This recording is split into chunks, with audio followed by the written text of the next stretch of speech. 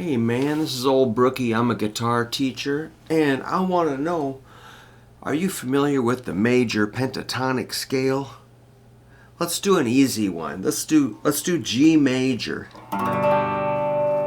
The reason I picked that is because it's got a lot of open strings. Check it out.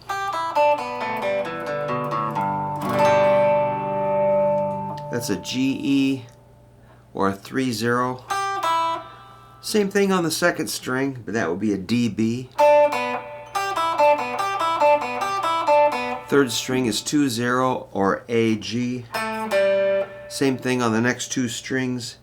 Second fret open, that's a E D. Next string, same thing, B A, and then a G. But G can also go down to low E. So again,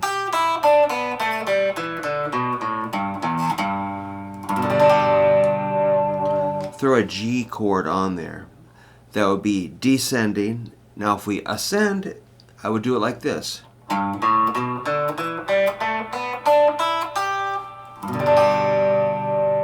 And within that scale are tons of licks and riffs and things to do. Real simple stuff like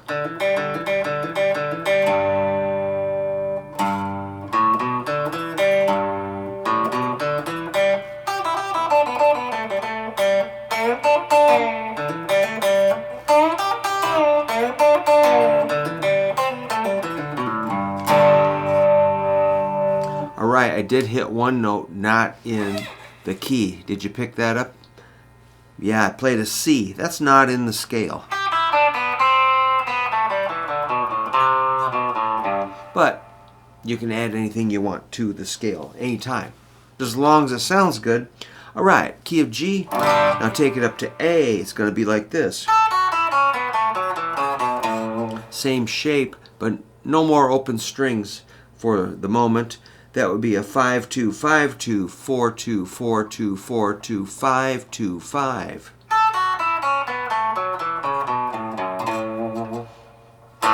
You can play your A chord like that or like that. Woo!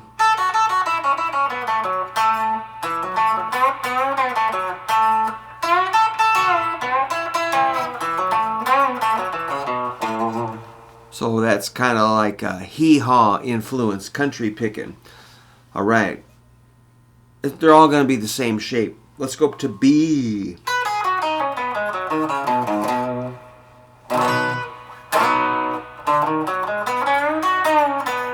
That's going to be a 7-4, 7-4, 6-4, 6-4, 6-4, 7-4, 7.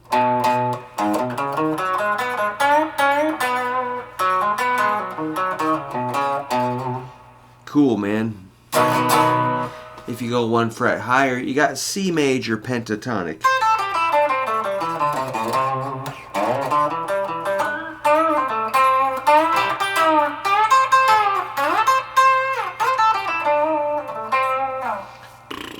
Pretty fun. Two more frets gives us D major pentatonic.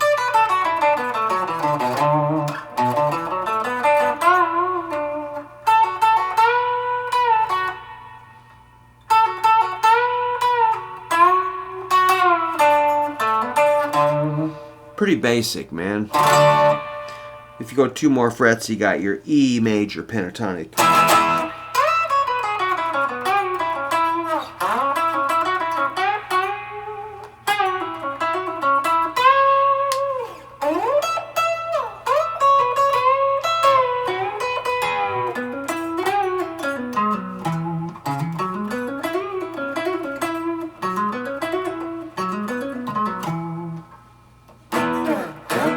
And you can keep going.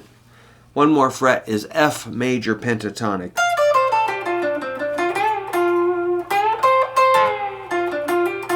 And two more frets is G major. Two more frets A. Two more frets B. One fret higher is C major pentatonic. And two more frets is D.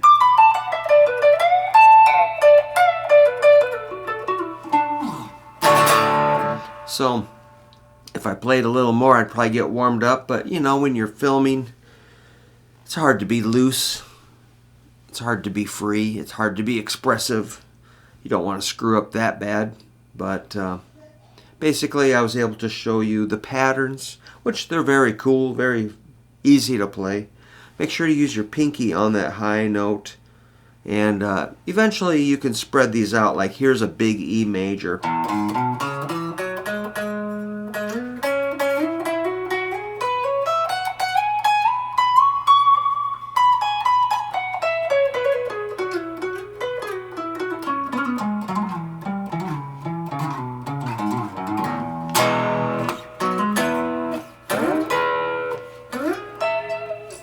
Yeah, you can do that.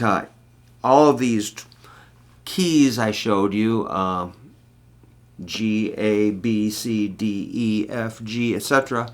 You can play them all over the whole neck and connect the patterns. But, you know, that's more than we can do in one video. I just want to make sure you're working on your major pentatonic scale when you practice. I think it's a pretty good sounding scale. I don't really play, you know, a giant thick book of different scales. I just play, you know, major, minor, you know, the pentatonics, a blues scale, maybe a mixolydian. Occasionally I'll do a little bit of a diminished thing or something, but usually it's kind of more based on the tones of the chords, or the notes of the chord is what I look for when I'm playing maybe a solo, or coming up with melodies or licks or harmonies or riffs. Again, finding the notes within the chord is where I start, not so much a scale, but the scale will get you to where you can kind of put all this together. The scale kind of, it's not the final answer, but it is part of understanding how music works. So it's definitely worth practicing scales, but you don't want to make that your only thing. Sometimes guys get way too far into scales. Well, that's fine, but you know, make sure you're developing your chords and your songs and your timing and sight reading also. So don't just do scales, mix it up. And also work on your vocals and songwriting and performing and, you know, choreography. Whatever you can do just to really get yourself in the music. However it works for you. But thanks a lot for checking out my video about the major pentatonic scale. I think it's pretty great. So thanks again. We'll see ya.